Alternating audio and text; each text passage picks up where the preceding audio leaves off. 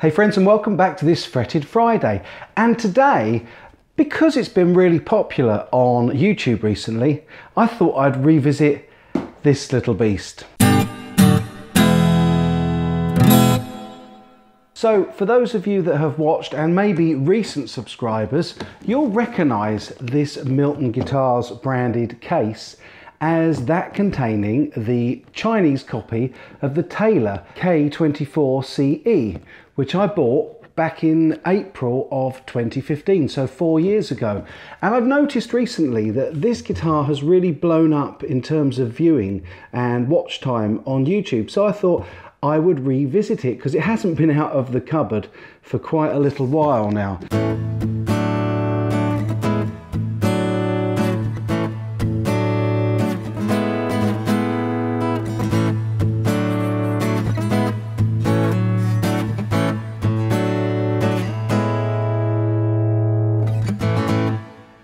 What I thought we'd do today is get it out of the case because it hasn't been out for a while, and we can revisit it, have a look at it, see how it's fared over 4 years, and also do some new recordings of it now that I've got the Sennheiser MHK 8060 microphone and this Focusrite 8i6 3rd generation Scarlet interface. In the recording, what we will do is I will give you a demonstration of how it sounds through the microphone, and also how this B-band electronics within it sound as well.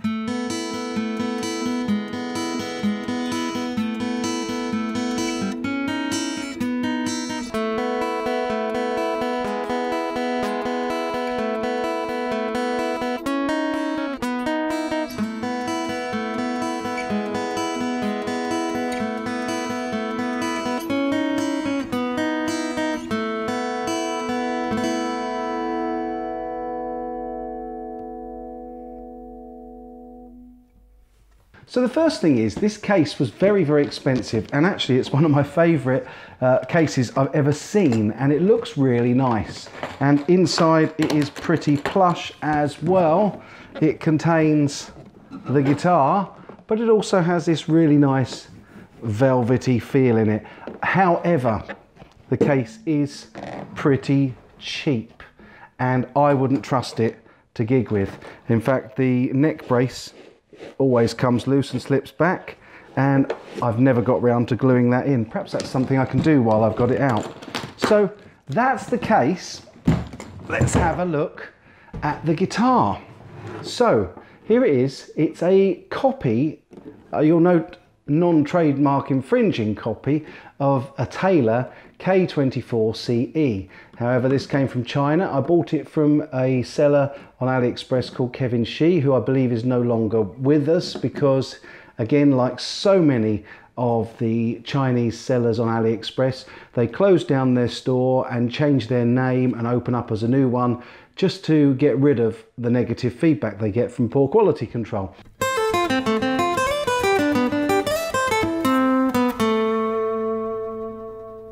Going over the appointments of this, it's a Koa, solid Koa, funny enough, solid Koa top, back and sides. And as you can see, it looks really, really quite nice. Now that's something else that happens a lot. The B-band inside here gets loose and comes unstuck. And so I'm consistently having to re-stick it, and that's been the case throughout the life of this, really.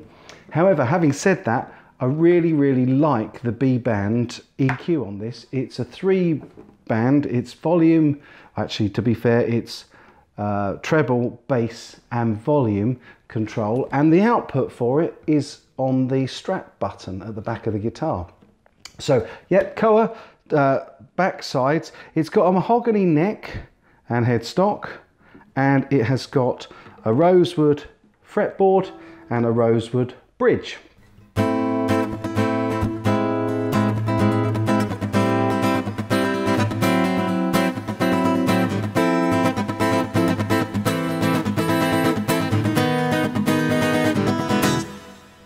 The fretboard is 20 fret, there it goes again. 20 fret with the kind of a Tree of Life style inlay. I haven't changed the strings on this since I changed them to test it, probably back in 2015, 2016. The logo on the headstock is my own Milton logo, because I got to the stage where I found out you could have these put on and not infringe trademarks. So of course that's what I did with every guitar from then on. So this is inlaid with mother of pearl, or it could be mother of toilet seat. As I said, it's 20 frets. I paid extra for the logo and having no infringements. It's got no made in the USA or any model numbers or anything like that on the back. The tuners are standard Schaller style tuners.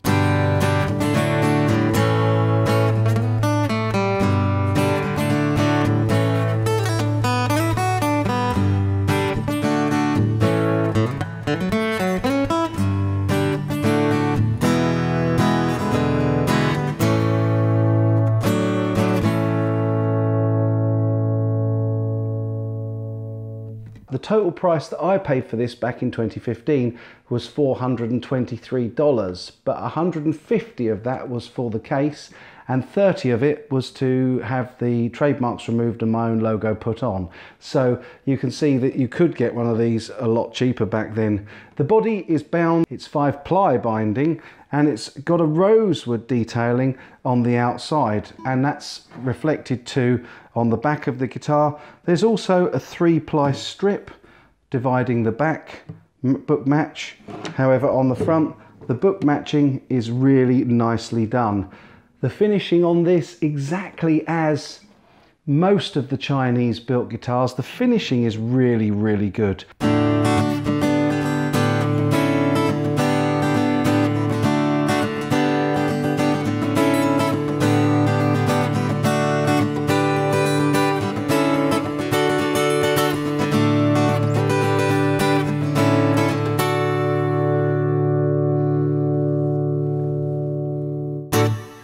The join at the headstock is exactly where you'd expect it on a genuine Taylor, across here, and it is a 2-part heel as you would expect, and gives it strength on any guitar. It's also got a nice little rosewood capping on the back of the heel where it joins the body, and as you can see, the binding is finished with a white detailing all the way around.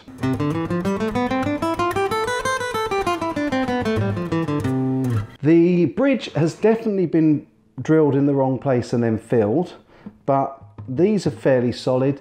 The saddle is plastic, as is the nut, and that's one thing I might like to change going forward in the future, is to change these for bone, because it will give it a much better sound.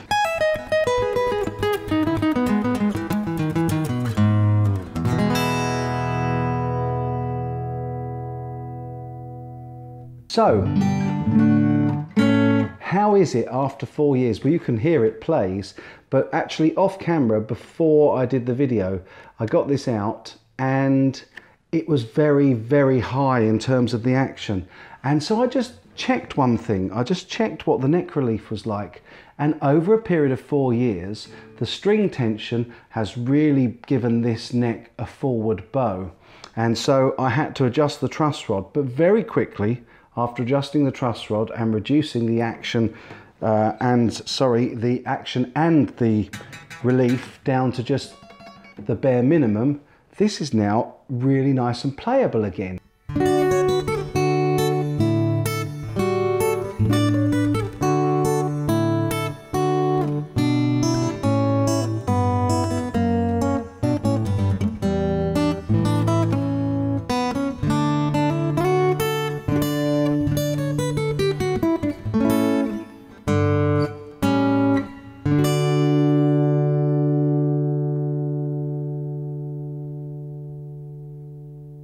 I've gigged this 20 times or more in the life of it when I was doing my acoustic duo, and then that was about 2 years ago. Since then it's really sat in the case and I've just done some recording with it. So this has actually held up pretty well.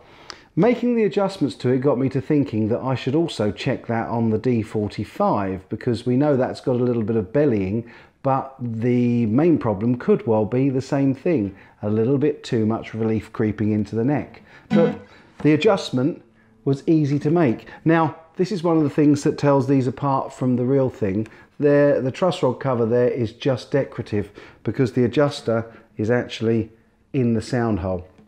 It's got no paper markings inside either to pretend that this is a fake. I'm strongly against the counterfeit trade.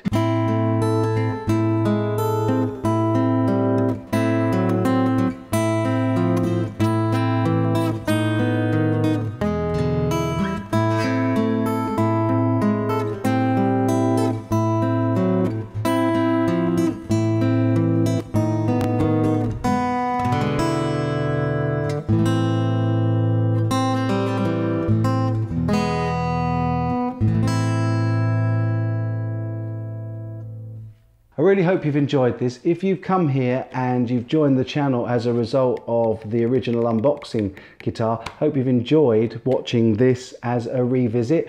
If you've been a long-term subscriber, and thank you for that, then I hope you've really enjoyed the revisit to it as well, because it's quite interesting to see how these things hold up over 4 years, and the fact that there has been such a major change in the neck and the relief that was in it leads me to believe that probably there isn't the same drying process in the woods or the same build quality and the same glue type application as there would be on a genuine instrument. So again, another little thing to be wary of if you're considering buying something like this in China. I'd certainly think twice. But I've been quite lucky. I have been able to work on it. I have been able to iron out some of the minor imperfections and get it to a playing state.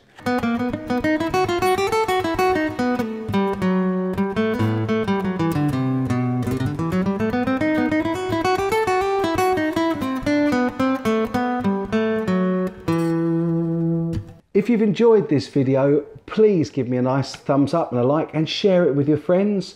And if you haven't subscribed yet, it really can't hurt.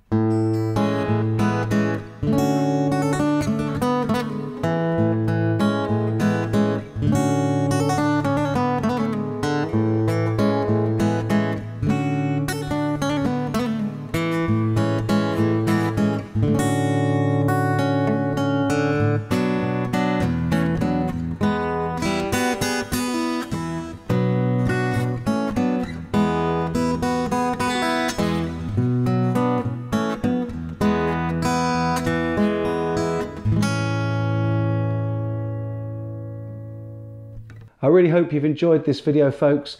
As always, I'll be back next Fretted Friday and also Tuesday with the best content I can bring you. I'm also just off to Germany again, to 42 Gear Street, and I hope to be doing some live streams from there, and I'll catch you at that. In the meantime, have yourselves a fantastic weekend and take really good care.